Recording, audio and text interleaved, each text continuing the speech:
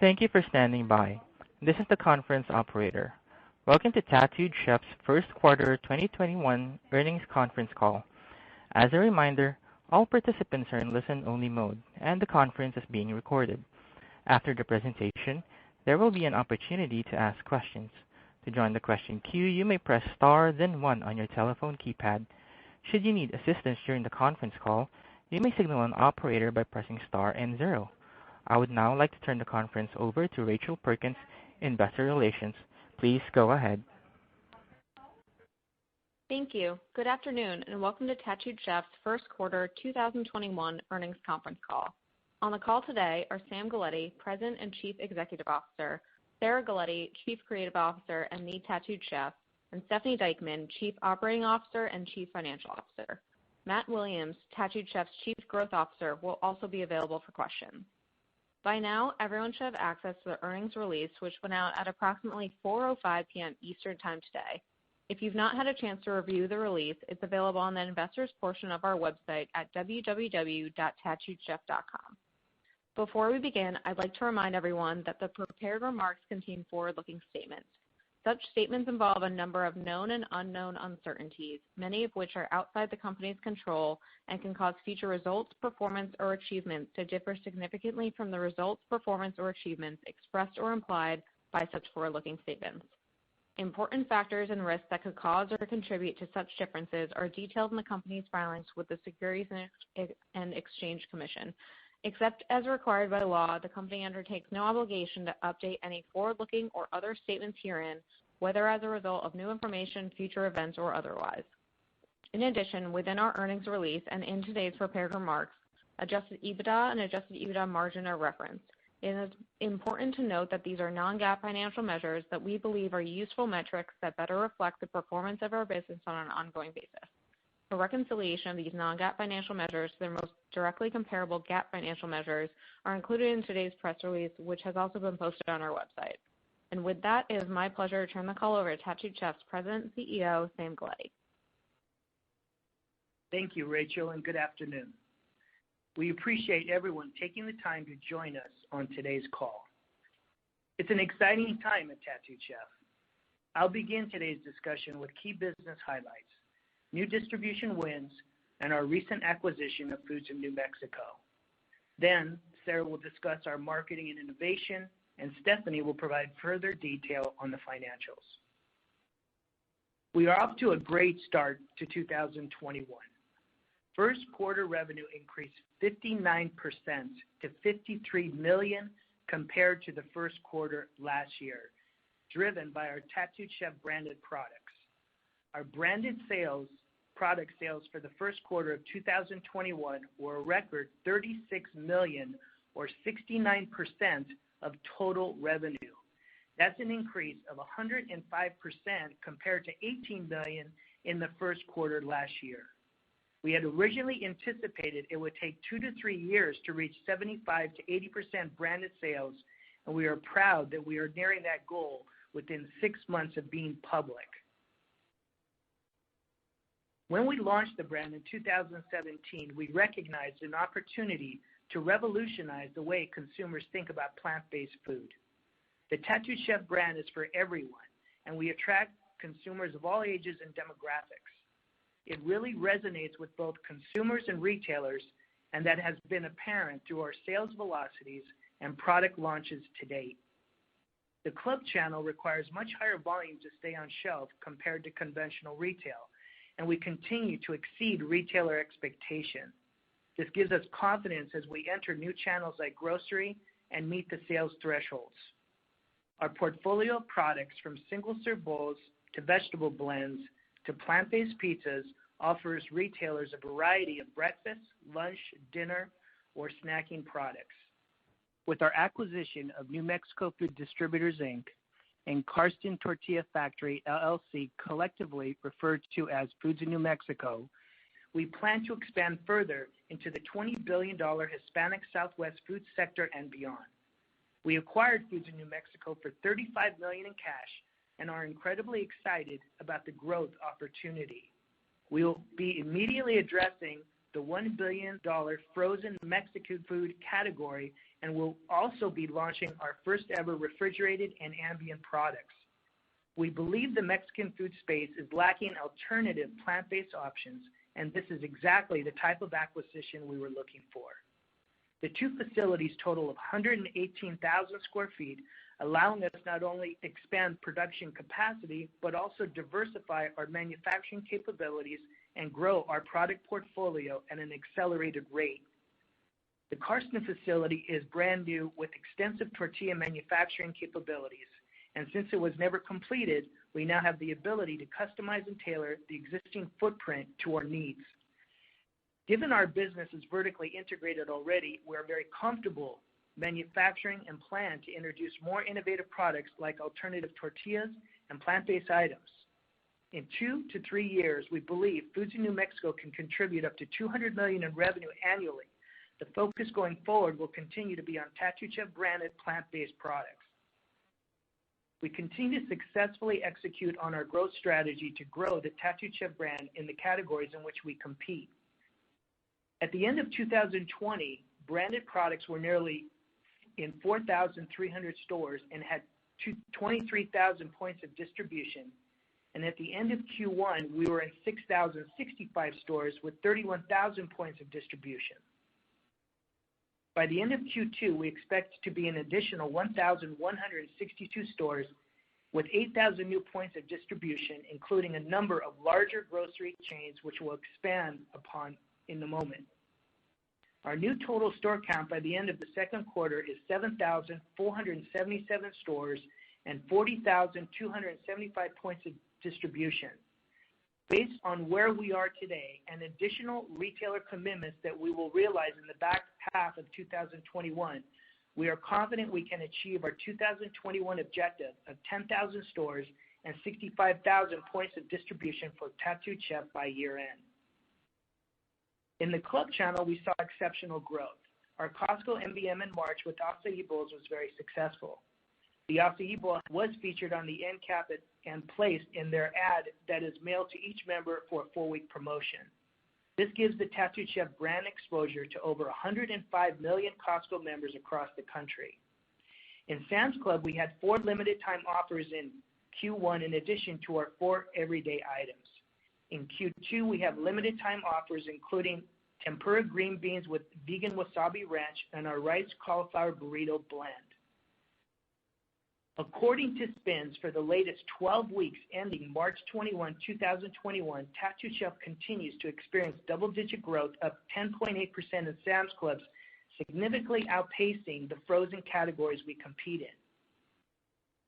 For the 52 weeks ending March 21, 2021, Tattooed Chef was up 128% and is one of the fastest growing brands in the frozen category.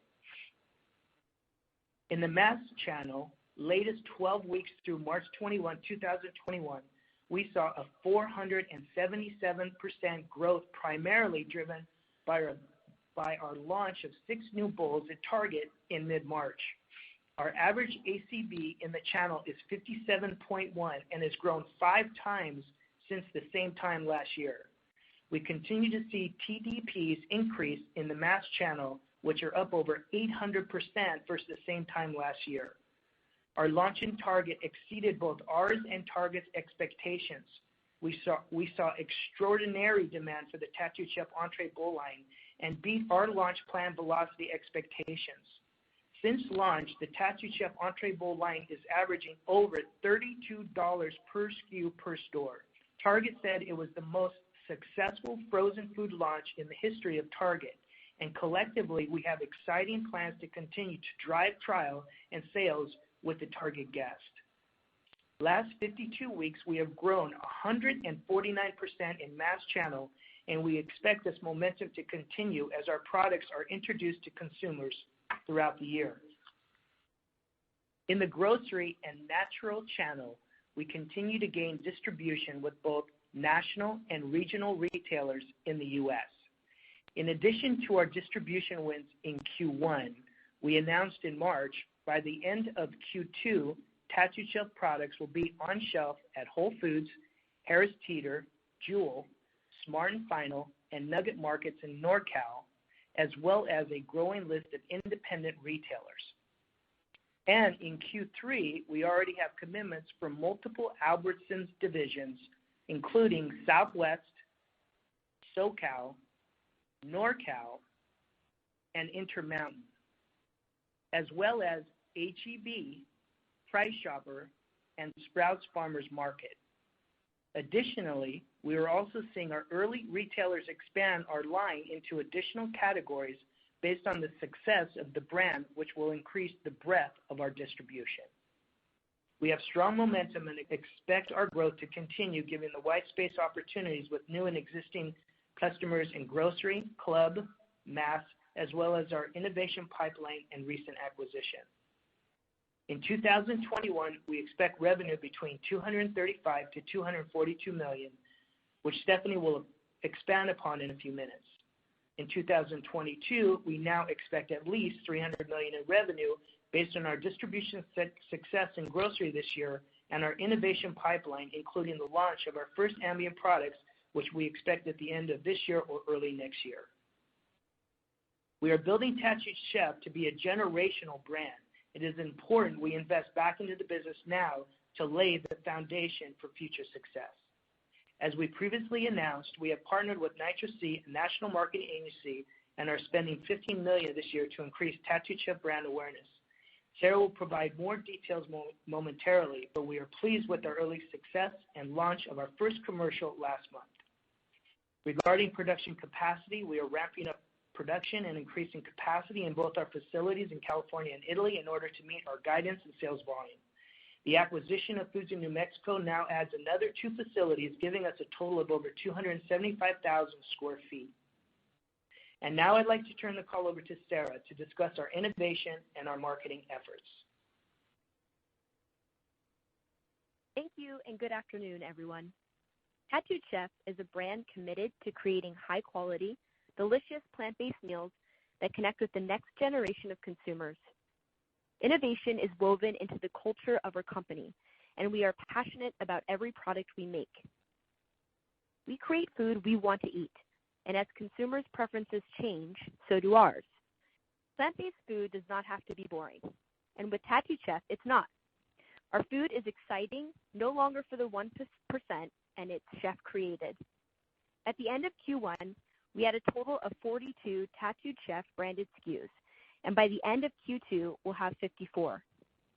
This includes 5 new 20-ounce plant-based multi-serve meals: cauliflower spaghetti with plant-based bolognese, sweet potato gnocchi with plant-based butter and sage, cauliflower gnocchi quattro formaggi, chickpea pasta with plant-based sausage ragu, and rice cauliflower burrito blend that are now available for purchase at Target stores nationwide. These skillet meals feature a variety of our innovative plant-based alternatives with plant-based beef and sausage, plant-based butter, and alternative rice and pasta. These multi-serve meals are different yet familiar to consumers. They are truly a nostalgic innovation. We created our own pasta alternatives that we believe are better than anything else on the market today. Following our 6 bowls launched in Target in March, we also recently launched our new Pesto Harvest Bowl and a plant-based egg roll bowl, as well as a 4-pack of cauliflower mac and cheese and our plant-based burrito bowls at Target. This brings our total SKUs offered at Target to 17. Our plant-based pizzas launched in mid-April exclusively at Meijer stores and are gaining distribution in other retailers, including United Supermarkets, Jewel, and H-E-B in Q2. We are continually bringing new ideas to the marketplace, and with our acquisition of Foods of New Mexico, we have a pipeline of over 250 ideas for innovation, including over 50 in the Hispanic Southwest food category. As Sam mentioned, beginning in January, we kicked off our marketing efforts with the help of NitroC to increase our brand awareness as we grow our distribution. This year, we are investing $15 million across digital video, connected TV, digital display, social media, and search engine marketing. On April 5th, we debuted our first 6 and 15-second commercials of animated ingredients with live motion cinematography of some of our top-selling products. The commercials are now airing on a curated list of cable networks, including Bravo, Food Network, CNN, and CNBC, as well as connected TV and digital media. We allocated a larger spend to be on cable networks and now have placements on some of the biggest shows. By the end of the 16th week campaign, we expect the commercials to reach over 80 million people seeking more plant-based eating options. We are in the early innings of marketing and are excited to make Tattooed Chef a household name. Now I'll turn it over to Stephanie to walk through our financials. Thank you, Sarah, and good afternoon, everyone. In the first quarter of 2021, we continued on our growth trajectory. Revenue increased 58.8% to $52.7 million compared to $33.2 million for the prior year period.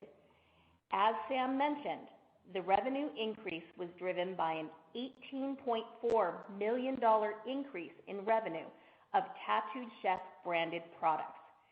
This now accounts for 69% of our total revenue.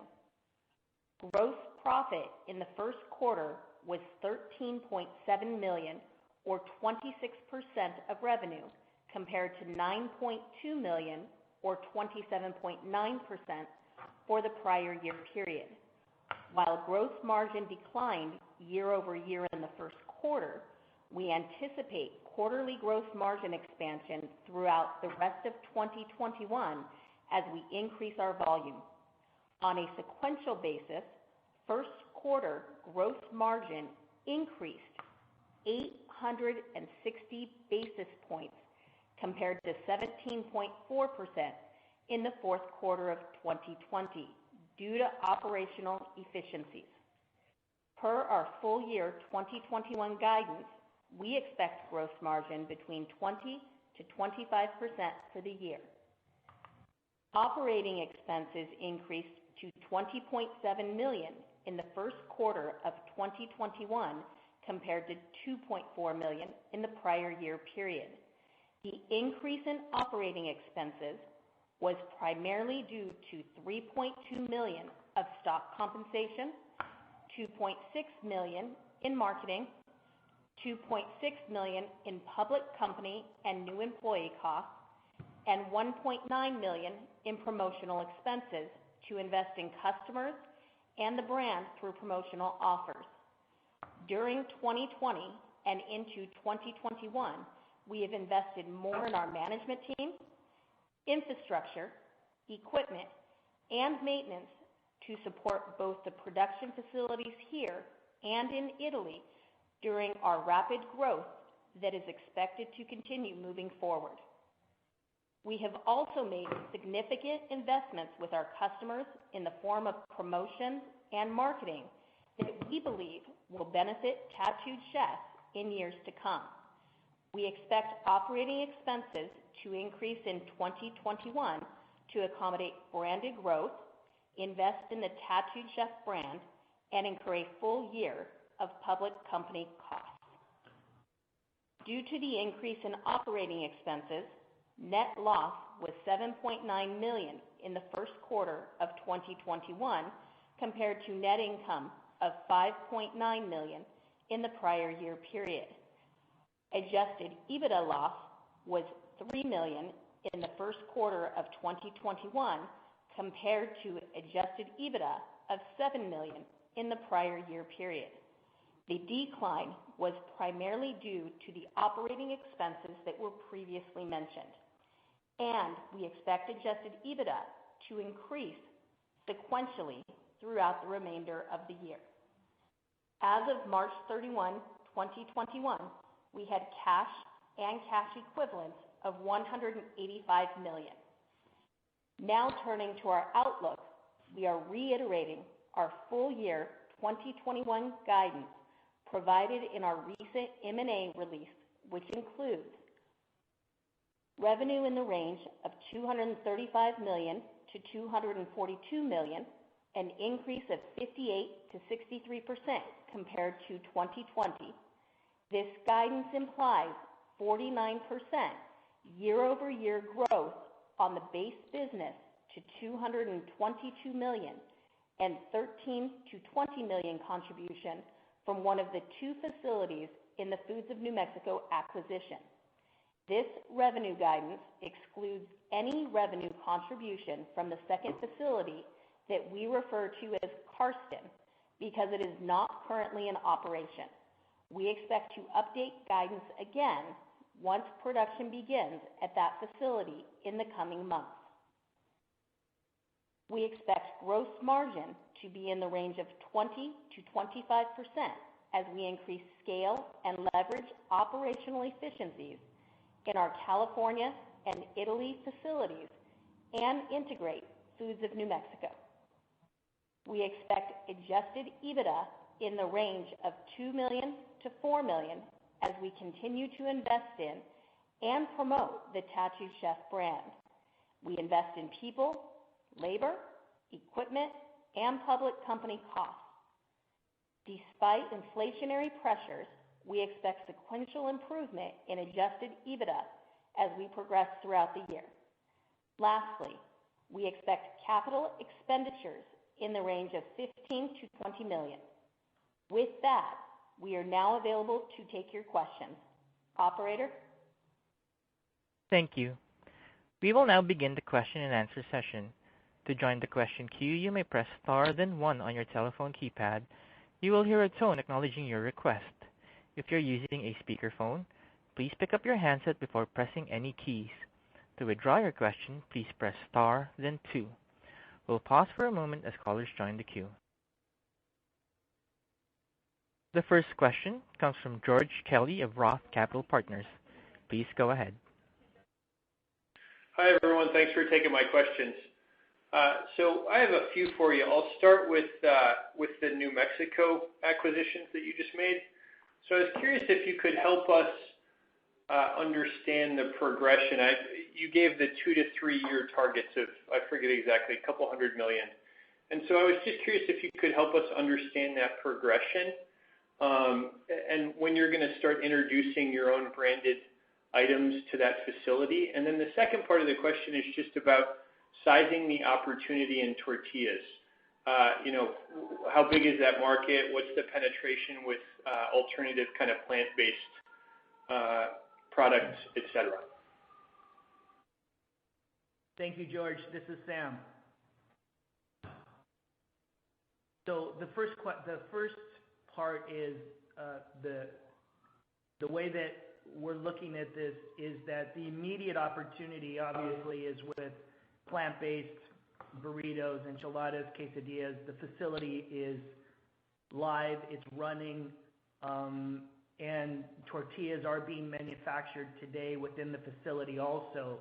So the immediate opportunity, and if we're fortunate and we could get some distribution quickly, will be, third or most likely fourth quarter. I could see frozen food products being the first items that we hit the market with our Tattooed Chef brand, and it could be, they could end up being, Sarah's looking at a full line of entrees also to be able to increase the retail area that our entree bowls are going in. So there's tons of opportunity that is pretty immediate. It's a function of just really getting all the pieces of the items and packaging and production in place. But I think that within 4 or 5 months, we definitely could be hopefully getting some distribution out there. The next part of it would be the tortilla opportunity, which is actually just as quickly. It would be the same as the frozen items, because there is equipment already that has very large capacity that we could be entering that opportunity of plant-based tortillas into the market pretty quickly. And then the third part of it is the snack concept that we're looking more towards a fourth quarter or actually even first quarter next year. And that is an additional whole nother potential revenue stream of sales for Tattooed Chef products. So there's 3 different areas of potential revenue growth within this, and that's why we're so excited about this opportunity. because of the diversification, not only in extending our frozen categories, but also now getting into ambient and into snacks. As far as the second part of your question on the tortillas, so immediately we want to be utilizing our grain-free concepts of plant-based tortillas right out of the gate with our frozen line. So it would be very unique to the market. And so besides us selling a plant-based alternative tortilla as a commodity, which per se is a commodity, although there's very limited of that product in the market today, we would take advantage of that same opportunity for those tortillas to be able to utilize it in the existing products that are created out there, but how Sarah always calls it, nostalgic innovation. So it just lines up perfect for what Tattooed Chef is and the opportunity. Okay, that's really helpful. And then different topic for the next question. So the branded sales in the quarter jumped quite a bit from where you ended last year. And I was hoping you could sort of help bridge, I think it was a $13 million improvement in this year's first quarter. So if you could sort of break it down between your biggest club customers, between new grocers, between mass, could you help us understand where that jump came from?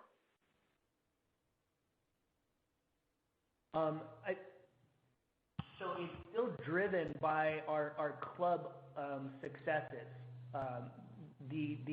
It's been very minimal still on the opportunity of conventional retail, except Target. We started to pick up some of those sales in the first quarter, but it was minimal, and that's why everybody always says about the question will come up about well, what's up with guidance?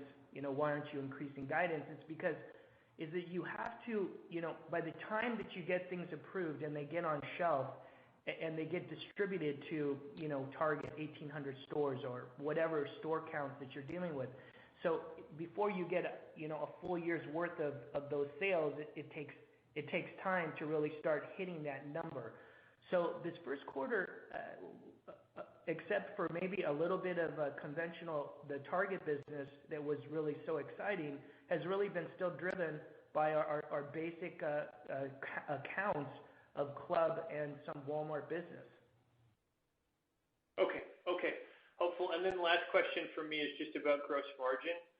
So maybe this is for Stephanie, but it's such a volatile margin, just jumps around quarter to quarter. Is your gross margin going to be more consistent this year, or can you help at all there? Yes, gross profit margin will start to stabilize. It is a little high for Q1, but as we start to flow into Q2, Q3, Q4, it will be within guidance of 20 to 25%, even with the acquisition of Foods of New Mexico. We will continue to see that across the board. There are some changes within Foods of New Mexico that we will make within their product lines, since they are really a co-packer. And as we sell Tattooed Chef out of there, we expect everything to fall in line with our current guidance. Okay, thank you. Thank you. Thank you, George. Thank you, George. The next question comes from Rob Dickerson of Jefferies. Please go ahead. Great. Thank you so much. Couple questions. So I guess just for the team, you kind of went through a number of the retailers. Sounds like you may be getting some distribution Q2 into Q3. But you said it kind of quickly, and I was just trying to write it down. I kind of missed it. Could you maybe just kind of go through, how that works? Like I know maybe even Q4 into Q1, right? There were some products you said you had in like a lot of retailer or a lot of grocers, for trial. So what you're saying today, it sounds like maybe you're past some of that trial phase, and then it sounds like maybe you're getting some distribution.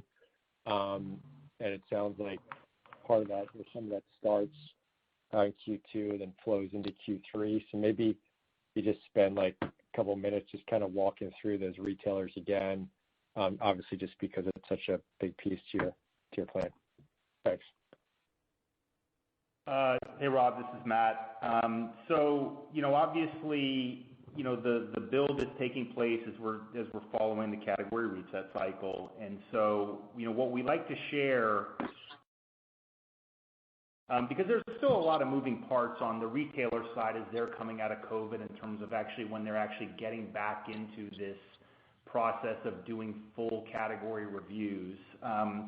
And so what we like to show is kind of where we're seeing traction and where we're getting commitments, quarter by quarter. So clearly the first big win that we had in Q1 was Target, right? And so, we came out of the gate with 6 new SKUs of entree bowls with Target.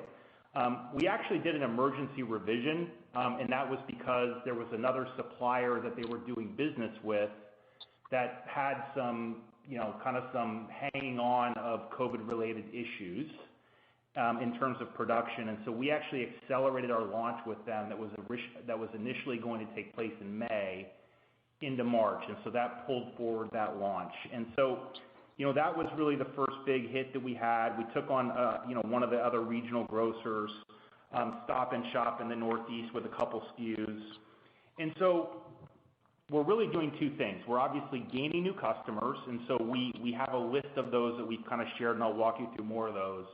But then it's not only once we gain a customer, once we're gaining the customers, we're able to go back and resell or sell into other categories that maybe that were not being reviewed when we started. And so, as an example with Target, they saw the success of the brand with the entree bowls.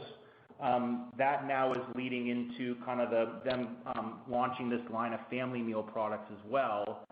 And so not only is this an ACV kind of gain for us, but it also becomes a strategy around building distribution points through added SKUs. And so what you're seeing in our build is not just new retailers coming on, it's existing retailers adding more SKUs because of the success of the brand and how the brand is performing. And so, that's kind of what you're starting to see as we shared with what we have in Q2. We're seeing retailers coming on like Jewel. We mentioned obviously Meijer. We've got Smart & Final coming on. Whole Foods we communicated is obviously hitting. And so, we're seeing that flow through. And then as the reset cycles take place, what we're sharing with you is, significant new gains that we're getting in specific categories, but we know that that's going to lead to future gains as well in other categories additionally too. So that's how it plays out. I'd just like to add, Rob, that there has been no product that was launched in the first quarter that has been discontinued. The product isn't even getting started yet on these shelves. So it is, and what little information that we have already, as Matt mentioned, there's a real buzz and excitement that's happening with the brand. And obviously we have real numbers and data with Target that was really just blew everybody out of the water. So we're very excited about the success of what's happening with our product in conventional retail as quick as it is. Okay, cool. Good enough. And so then I guess kind of like to your comment earlier, Sam, and people ask like, well, then what's in the guide, what's not in the guide? I mean, I guess what's kind of being communicated is that there's a reiteration of the guide this year, right, on the base, the 222. And then I guess like we should be thinking that there would be potential upside to that guide, right, depending on maybe when some of these new business wins occur. I'm just trying to kind of, think through the timing of how all that works. I understand, Rob. I do. That's all. I do understand. And again, we had, it was really a function of that, when we came out with our guidance, it was really based on our assumption that because of the momentum and success that we had and these preliminary confirmations that we were verbally getting. But still, by the time these items, get distributed nationally and they get the momentum behind them, you really will take some time. So maybe later on this year we'll have a better snapshot of just how the distribution is going, to where we could revisit it. But again, we'd like to stick with the guidance that we have. Okay, no, I think that clarifies it. Because people will ask, right? It's just a matter of. Sure.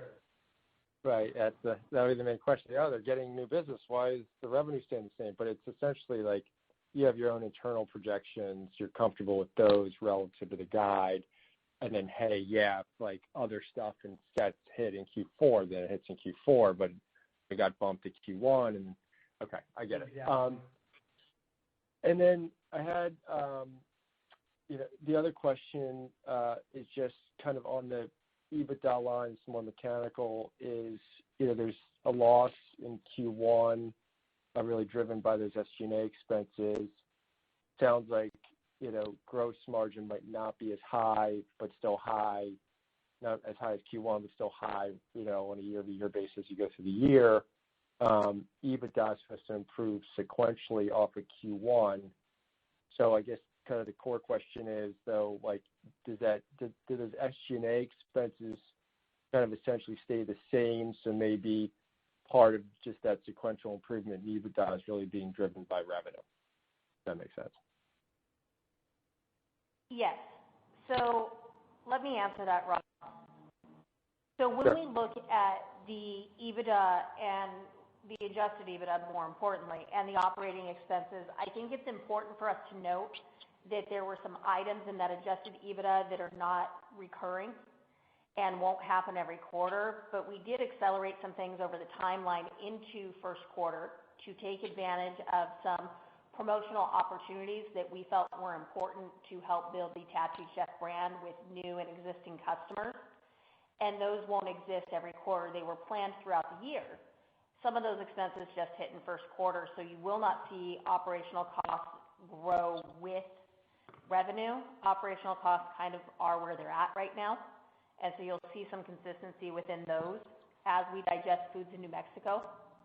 We know where adjusted EBITDA is going to land for the end of the year, but remember that we still need to get in there. We still need to look at cost segregation studies and things like that.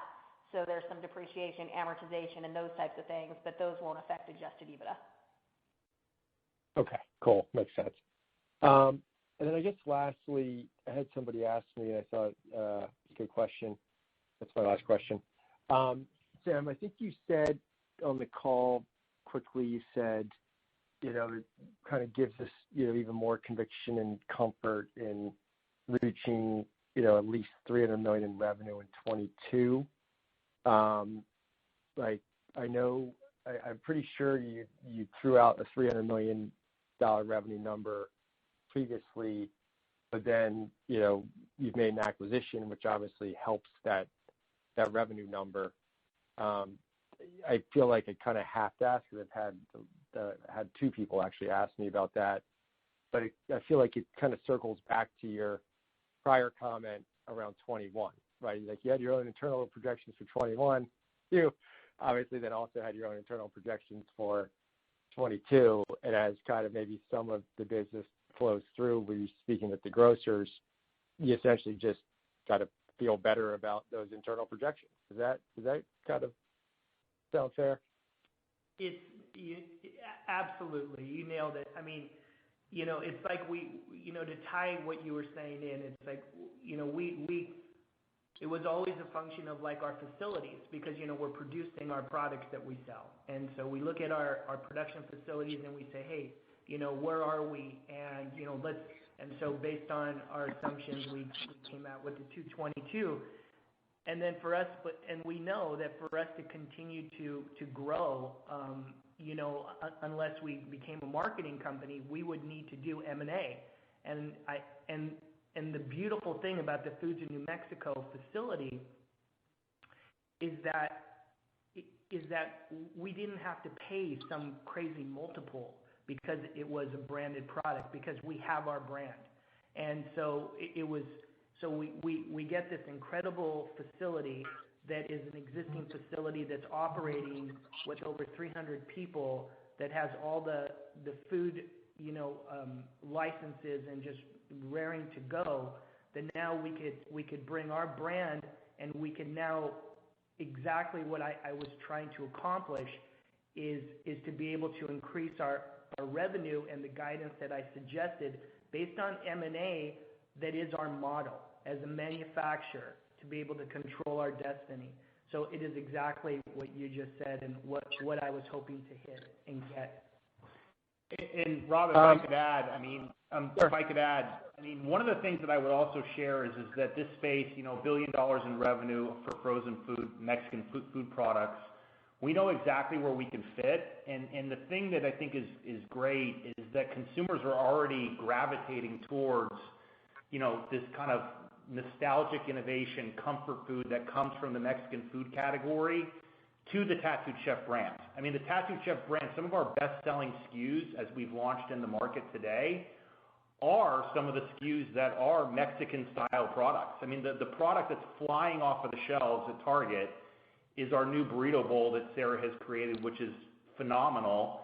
And so people are now looking to us to bring great tasting, creative, plant-based Mexican foods to the marketplace, and they'll be looking for us to kind of lead that charge. And so it's kind of that we've been testing it, and I think that we're comfortable with what's going on with that SKU, what's going on with Sam's, with the burrito blend, even our original enchilada bowl, that this is a place that people expect us to bring great tasting products. And I think that is really exciting.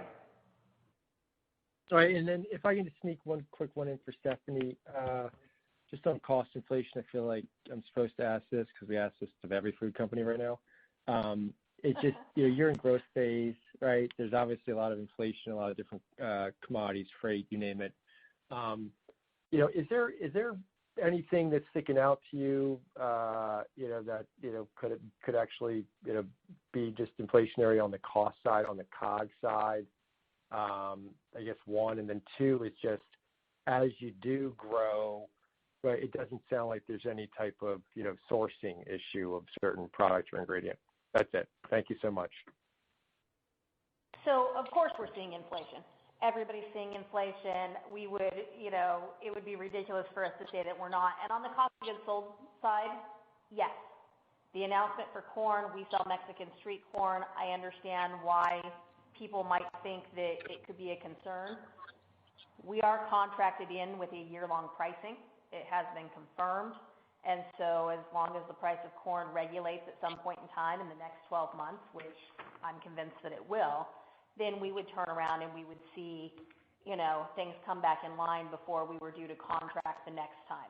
And that's some of the ways that we try to combat inflation in general when it comes to cost of goods sold. But on top of that, being vertically integrated helps us because we manage that cost within our manufacturing facility, not just for the raw materials. If we see an increase in raw materials and we're making strides when it comes to direct labor by the purchase of equipment and utilizing a lower cost for direct labor per cell unit, then we can absorb some of those costs, and we have a little more control than if we were utilizing a co-manufacturer or a co-packer, because we would get their inflation costs within their raw materials, their labor challenges, and that would just flow up to ours. We are confident that if we continue to see inflation for cost of goods sold, that if we were to approach our customers later, closer to that 12-month mark, and inflation were still high, that we would be better received at that moment in time if there was a necessary price adjustment than we would be if we turned around tomorrow. And so we are bracing for the impact of that. We are monitoring it closely, and we're paying attention to our raw materials. We have not had any challenges in getting raw materials at this point in time. But we make sure that we diversify our suppliers and that we're tracking that and that we're ahead of the game on that. So it's very important to us as manufacturers to be able to control that ourselves. It's part of why we're so excited about New Mexico. Got it. Awesome. Thank you so much. Thank you. Thank you. This concludes the question and answer session. I would like to turn the conference back over to the management for closing remarks.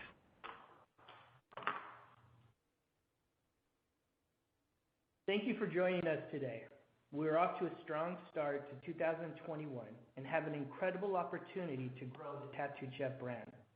We have increased capacity and sales, expanded gross margins, and closed on a strategic acquisition. We have done everything we said we would, and we believe we're just getting started. I look forward to speaking to you again at several upcoming investor conferences and our second quarter earnings call in August. Have a great day. This concludes today's conference call. You may disconnect your lines. Thank you for participating and have a pleasant day.